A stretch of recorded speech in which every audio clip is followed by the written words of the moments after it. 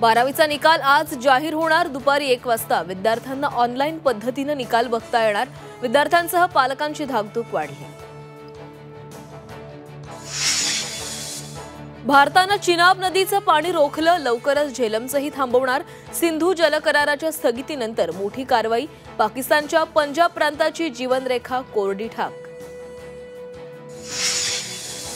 देशाला जे वाटतंय ते होणारच, संरक्षण मंत्र्यांचं सूचक विधान। पाकिस्तानला जशास तसं उत्तर देणार, राजनाथ सिंहांचा पाकिस्तानला इशारा।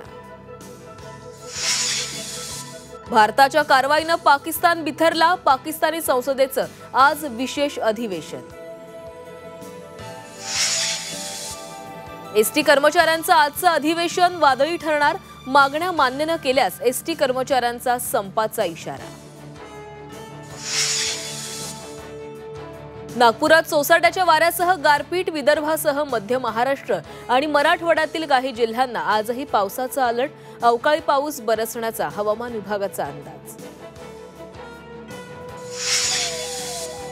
मुंबई गोवा महामार्गावर खासगी प्रवासी बसला अपघात, दुर्घटनेत एकाचा मृत्यू तर 30हून अधिक जण जखमी।